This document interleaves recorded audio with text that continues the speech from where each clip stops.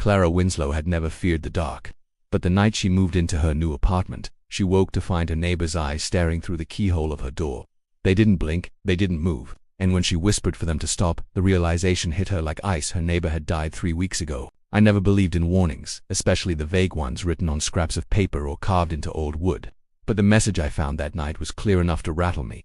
Don't look. The words were scratched deep into the paint of my front door, so deep that flakes of wood curled outward like torn flesh. Whoever had done it had taken their time.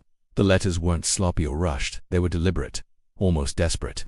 The street was silent when I saw it, the kind of silence that only comes late at night when the world feels abandoned.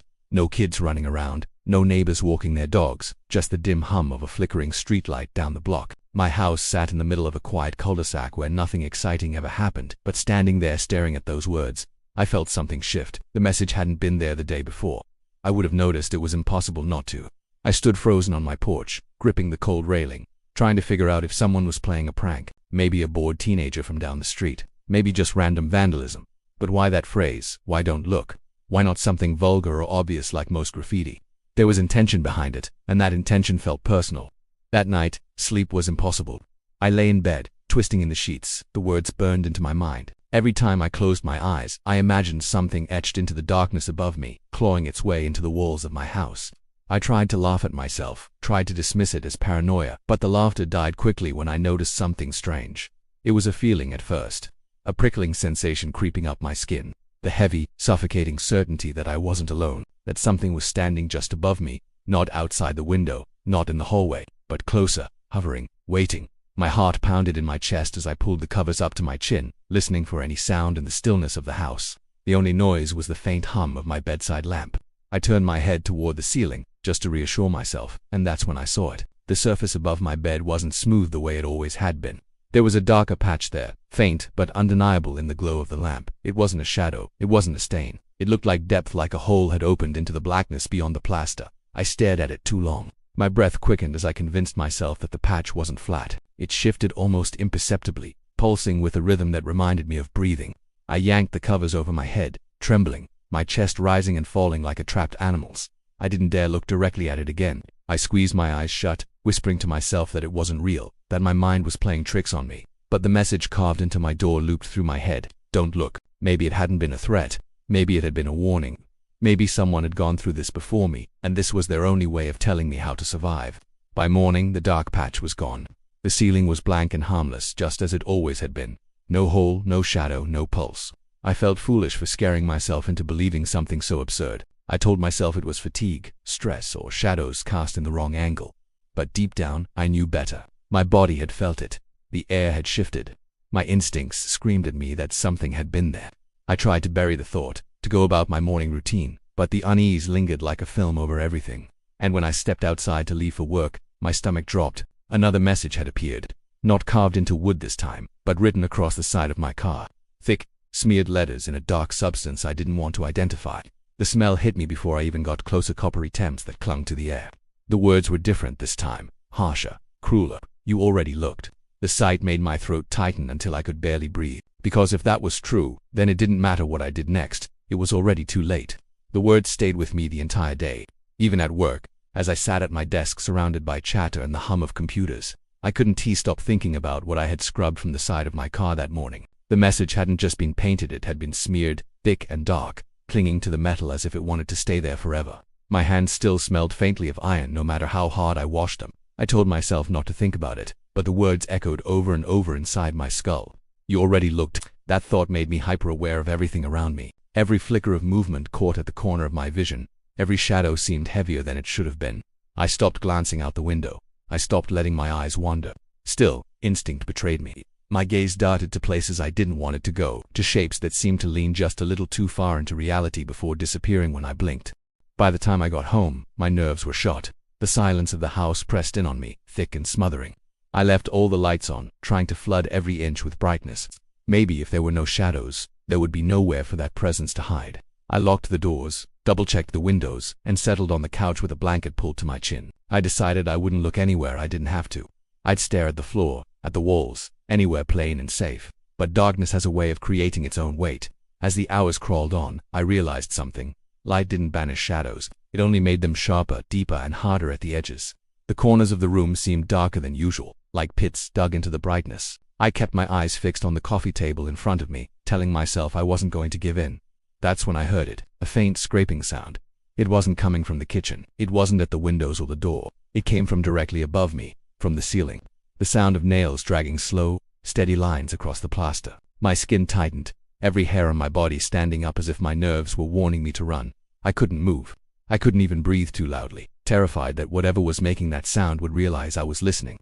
The scraping went on for what felt like hours, though it couldn't have been more than a minute. Then it stopped, leaving a silence so complete I thought my eardrums might burst. The air was heavy, waiting, charged with something unseen. Against every instinct I cracked my eyes open and tilted my head upward. The ceiling was blank, smooth and pale, exactly as it should be. My lungs finally released a shaky breath. Relief spread through me, but it didn't last long, because in the farthest corner of the room, past the warm pool of light from the lamp, I saw it. The shadows there weren't ordinary. They weren't simply absence of light. They were too thick, too dense, as though the corner had been filled with a substance darker than darkness itself. It wasn't just a patch of shadow, it was something forming, something gathering. It rippled once, almost like it exhaled. I froze, unable to pull my eyes away. My throat burned with the need to scream, but no sound came. I shut my eyes so hard they ached, pressing my face into the blanket, whispering to myself that I didn't see anything, that it wasn't real. But deep down I knew I had looked. I had acknowledged it. Eventually exhaustion dragged me into an uneasy sleep, though every dream was filled with twisting black shapes pressing in from the corners. When morning finally came, I almost convinced myself it had been a nightmare. But as I stumbled toward the bathroom, I stopped cold. Every mirror in my house was cracked down the middle, not shattered, not smashed, but split with a single, perfect line, as though something had pressed its face against the glass from the other side and forced its way through. Days bled into one another, each one carrying a little less light than the last. I taped black cloth over every mirror in my house, but that didn't silence the faint noises that came from behind them. Sometimes it was tapping, like long nails brushing against the glass. Sometimes it was a faint groan, as if something heavy pressed its weight against the reflective surface, waiting for me to peel the covering away. I avoided them all, but the avoidance did nothing to calm me. It only made me more aware that they were there, waiting. I started noticing it in other places too, not just mirrors. My phone screen when it went dark, the shine of a framed picture, even the surface of a mug filled with coffee, reflecting just enough to show a distorted impression. At first it was vague, a suggestion of a shape behind me, but as time passed the shape grew sharper, as if the longer I resisted, the clearer it became. A tall, twisted figure leaning at the wrong angle, its head cocked too far, its limbs stretched unnaturally thin. The more I ignored it, the closer it came. I could feel it in the room with me. The air grew colder in waves, as though it was pacing. My breath came out in clouds sometimes, though the thermostat insisted the house was warm. And at night, when I finally gave in to exhaustion, I swore I could hear its breathing align with mine, always a fraction of a second behind me, like an echo stitched into my lungs. My thoughts began to unravel. I stopped answering calls, stopped eating much. I found myself staring at walls for hours, listening to the creaks in the house, each one making me jump. My body trembled constantly, a low hum of fear that never left. It was always there, just at the edge of my vision, and I was certain it was waiting for me to make a mistake. One evening, my desperation broke me. I needed answers. I pulled out my laptop and searched for anything and anything that might explain what was happening. I typed the words carved into my door. Don't look, warning. I typed shadows that breathe. Scratched ceilings, mirrors cracked overnight. At first the results were scattered, nonsense, superstitions, ghost stories, broken links. But buried deep in an old forum, I found something that made my blood run cold. The thread was nearly a decade old, filled with half-finished posts, people describing the same things I'd been seeing. The words scratched onto doors, the oppressive shadows, the feeling of being watched. Each account stopped abruptly, cut off mid-story as if the people had simply disappeared, but one user had written more than the others. Their post was long, rambling, but it held details too close to my own to dismiss. They wrote that whatever it was, it didn't exist until you acknowledged it, that the warning "don't look" wasn't a threat, but a desperate plea. According to them, it couldn't touch you if you refused to notice it. The moment you stared, the moment you admitted it was there, it marked you.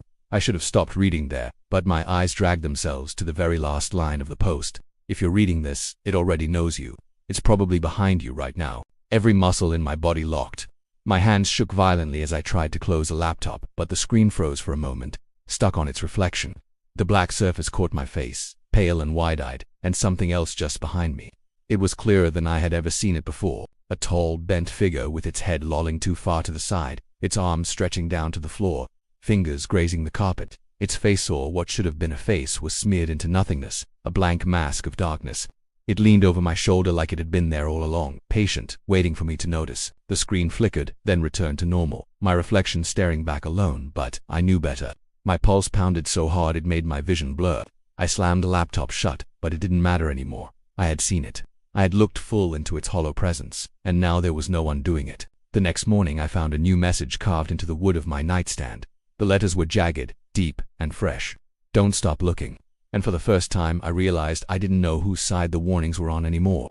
I stopped leaving the house altogether. There was no point. The outside world felt foreign now, and I couldn't bring myself to pretend life was normal while the thing in my home grew bolder each day. I kept the curtains drawn, taped down at the edges so no stray light could create reflections. My phone screen stayed face down. My laptop was shoved into a drawer. Even water in a glass was dangerous. I only drank from opaque bottles. But no matter how much I tried to cut off its paths, it always found a way to appear. The rules had shifted at first. The message had been clear, don't look. But then the carvings, the warnings left on my nightstand, changed everything. Now it wanted me to look. Now it demanded my attention. I began to feel that if I looked away for too long, something worse would happen. My mind spun in circles, unable to tell which rule was the trap. My body was breaking under the pressure.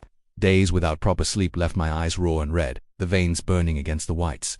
My skin itched constantly, as if something invisible brushed against me when the air was still. Food barely stayed down. My hands trembled when I tried to hold anything. I was wasting away, caught in a cycle of fear that felt inescapable at night. The presence grew heavier. The sound of its breathing filled the house, slow and deliberate, matching my own until it drowned out every other noise. Sometimes the floor creaked as though weight shifted from one step to another. Sometimes I could feel it crouched near the couch where I sat, the cushion dipping almost imperceptibly beneath its weight. I tried not to acknowledge it. I tried not to see. But my eyes betrayed me, flicking toward the corners, the ceiling, the edges of the light. One night the air changed in an instant. I felt it before I heard anything, a sudden thickness, like heat pressing down on me, smothering me in invisible hands. My lamps buzzed loudly, the bulbs flickering, and then one by one they popped, filling the room with tiny bursts of smoke and plunging everything into darkness. My chest tightened as panic clawed its way up my throat. I couldn't move. I couldn't breathe. In the pitch black, something stirred. A shift in the air, deliberate and slow, as though something massive had crawled from the ceiling into the room. I gripped the blanket so tightly my fingers went numb, but it didn't protect me.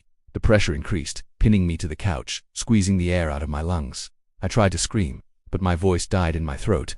And then it touched me. The sensation was sharp, undeniable, the scrape of fingernails combing through my hair, dragging slowly across my scalp. It was almost tender, almost mocking, like a parent soothing a child. My heart hammered so violently I thought my ribs might split. I wanted to run, but every muscle was paralyzed. My mind screamed to keep my eyes shut, not to give it the satisfaction of acknowledgement, but even with my eyes closed I felt its face near mine. The air was colder there, seeping into my skin until my teeth ached. My breath came in shallow gasps. It didn't speak in words, not with sound. Its voice appeared directly inside my head, carved into my thoughts with perfect clarity. Don't blink. The phrase repeated itself over and over, growing louder, pounding inside my skull until I thought my head would split open. I clenched my eyelids tighter, but the command wouldn't leave me. Don't blink, don't blink. Every second stretched into eternity as my burning eyes begged for relief. When morning came, the light seeping through the cracks in the curtains felt unreal. I stumbled into the bathroom, half blind from exhaustion, and saw my reflection in the cracked mirror I'd failed to cover. My eyes were bloodshot, swollen, raw. They looked as though they hadn't been shut once all night. I couldn't remember if I had obeyed the command or not. Had I blinked? Had I let it in? The uncertainty gnawed at me worse than the fear itself. By the time night fell again, the phrase echoed endlessly in my mind, louder than my own thoughts. Don't blink. I don't know how long I've been awake anymore. Days, maybe weeks. Time doesn't feel real when every second is measured by how long I can keep my eyes open. My lids twitch and burn. My vision blurs.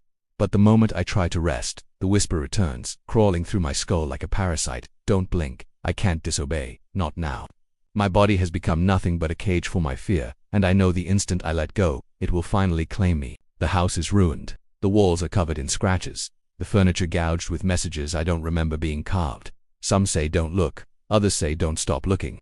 A few or worse phrases I can't read without shaking. They bend and twist in languages I don't recognize. Letters burned into wood and smeared across walls in thick strokes. They pulse sometimes, faintly glowing as though they're alive. I've stopped trying to eat. My hands are too unsteady, my throat too dry. The only thing I can focus on is staring into the space around me, making sure I never let it slip out of sight. It doesn't bother hiding anymore. It stands in the open now, tall and crooked, its neck bent at an impossible angle. its limbs bending in ways that make my stomach twist. Its faceless head tilts when I move, as if it's curious about how much longer I can resist. Sometimes it crawls across the ceiling, its body folding into shapes that don't make sense. Sometimes it kneels in the corners, arms wrapped around itself, rocking like a child. Other times it's only inches away, crouched low with its blank face hovering in front of mine. No matter where I turn, it's there. I feel its stare like knives pressing against my skin. Last night was the worst yet. I was lying in bed, my eyes so raw I could barely keep them open. I knew if I blinked, even once, it would happen. Still, my body betrayed me. My eyelids slipped shut for less than a second, just a fraction. When I opened them again, it was standing over me, its head tilted, fingers grazing the sheets beside my face. For the first time, I heard a sound escape it, something that wasn't inside my head. A rasping breath that smelled of rot. So close I gagged. It didn't attack, it didn't vanish. It just stood there, waiting. Then, clear as a knife carving through silence, a thought slid into my skull. When you finally close your eyes, I'll be the last thing you see. The words have haunted me since. My body is shutting down. My eyes sting constantly, watering until tears streak down my face without my permission. Sometimes I see double, sometimes everything swims and tilts. I'm not sure how much longer I can last. I wonder now if the first warning was ever meant to protect me. Was "don't look away" to save me from noticing it at all, or was it a trick to lure me into disobedience? The rules keep changing, shifting like sand beneath my feet, and I can't tell if I'm following them or breaking them anymore. Maybe it doesn't matter. Maybe every choice leads to the same end. As I write this, I can see it more clearly than ever. It isn't trying to hide in shadows or reflections. It's sitting directly across from me, on the floor of my bedroom, folded into itself like some grotesque marionette. Its limbs bend inward, bones snapping and twisting, as it presses its faceless head into its chest. Then, slowly, it unfolds, pulling itself taller until its head scrapes the ceiling. It has no eyes, but I know it's watching me.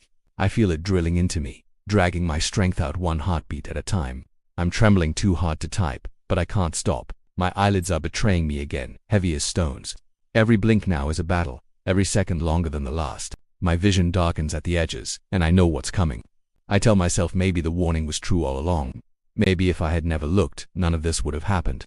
But then another thought claws its way into me, colder, sharper, more convincing. Maybe I was always supposed to look. Maybe it was waiting for me from the beginning, and the messages weren't warnings at all, they were instructions. My eyes are closing again. I can't hold them open.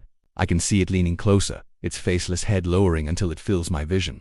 The last thing I notice before the dark takes over is that it isn't standing across from me anymore. It's sitting right in front of me, where I should be. And I daren't know if I'll be the one opening my eyes when they finally open again.